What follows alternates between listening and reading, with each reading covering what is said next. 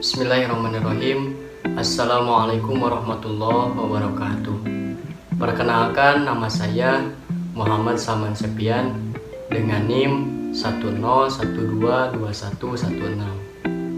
Kelas I1 Manajemen.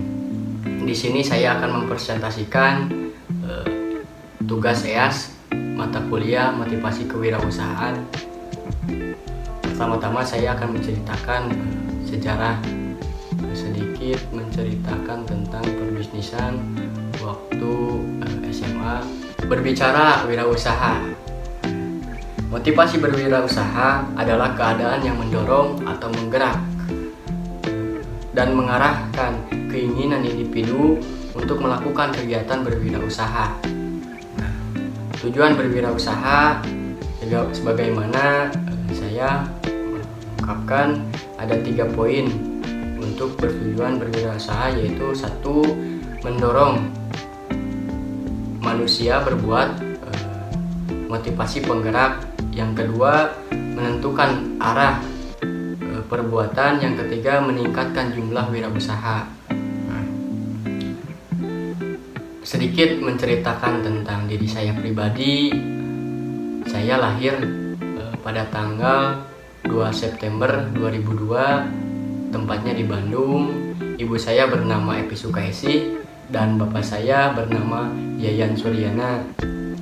Saya terlahir dari 3 bersaudara, mempunyai adik yang pertama yaitu seorang laki-laki, sekarang menginjakan sekolah di jenjang SMP, kelas 3 SMP. Yang kedua adik saya perempuan, baru kelas 1 SD.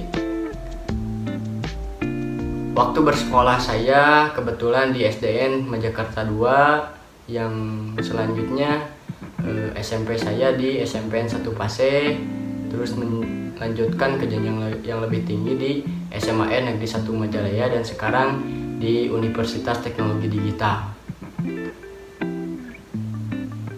Saya ingin menceritakan sedikit kisah tentang bisnis. Ketika kelas 1 SMA, saya pernah berjualan icikado yang berbahan dasar dari aci yang berisi sosis atau telur puyuh, yang berjualan di kelas di sekitaran sekolah pada waktu istirahat. Dan saya pernah sehari mencapai penjualan 100 pieces dengan harga jual 5.000 per piecesnya. Dan alhamdulillah saya waktu itu mendapat keuntungan hampir mencapai 100.000 lebih. Mungkin saya merasa mempunyai kebanggaan tersendiri, walaupun mungkin keuntungan sebesar itu menurut orang lain hanya keuntungan yang sangat kecil. Tapi bagi saya di kehidupan saya telah mencapai keuntungan seperti itu adalah kebanggaan tersendiri karena hasil kerja keras diri saya pribadi. Di sini saya akan berencana membangun suatu bisnis yang berkenaan dengan makanan ringan. Rencana produk bisnis yang saya akan bangun yaitu lebih tepatnya makanan keripik kaca atau sering disebut kripca. Akan tetapi saya di sini membeli bahan baku mentah kripca langsung di daerah Ciamis karena ada saudara di sana yang mengolah langsung keripik kacanya untuk mengefektifkan dan efisien di dalam pengolahan. Selanjutnya, inovasi produk.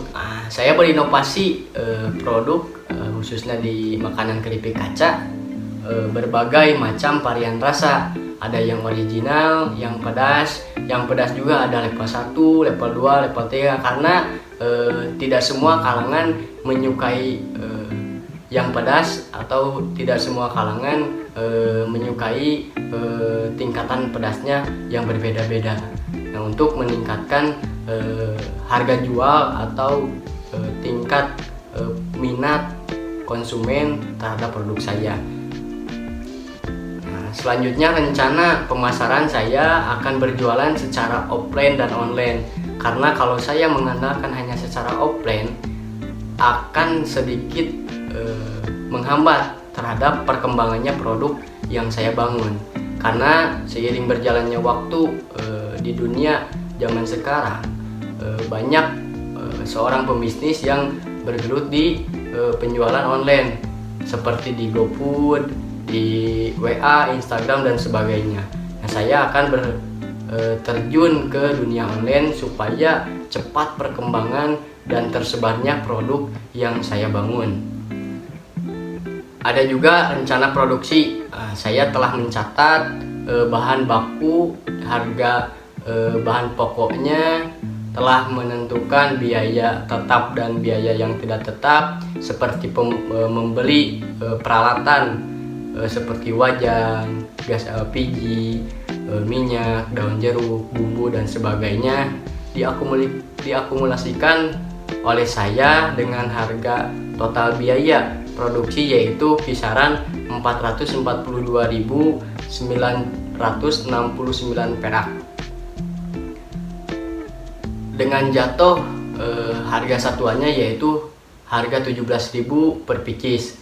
Nah, dengan harga segitu saya berencana mengolah sendiri dan mempunyai satu karyawan. Telah dihitung sehari mampu menciptakan produk yaitu 36 kantong keripik kaca dengan berat 250 gram. Setelah saya hitung akumulasikan biaya dan sebagainya, kisaran keuntungan saya per hari mencapai 169.031 perak, hasil dari harga per kantong yaitu 17.000 dikali 36 kantong per hari produksi, hasilnya yaitu 621.000 dikurang modal yang tadi 442.969 perak, yang hasilnya yaitu 169.031 perak. Nah, di sini ada kesimpulan dari perencanaan bisnis saya. Untuk kita menjadi seorang pengusaha yang sukses dan menjadi pembisnis yang sukses, kita dapat mempelajari atau harus memiliki sifat kunci kesuksesan, yaitu terutamanya yaitu mental. Karena seorang pengusaha harus mempunyai mental yang kuat, pantang menyerah, dan selalu mencoba hal yang baru.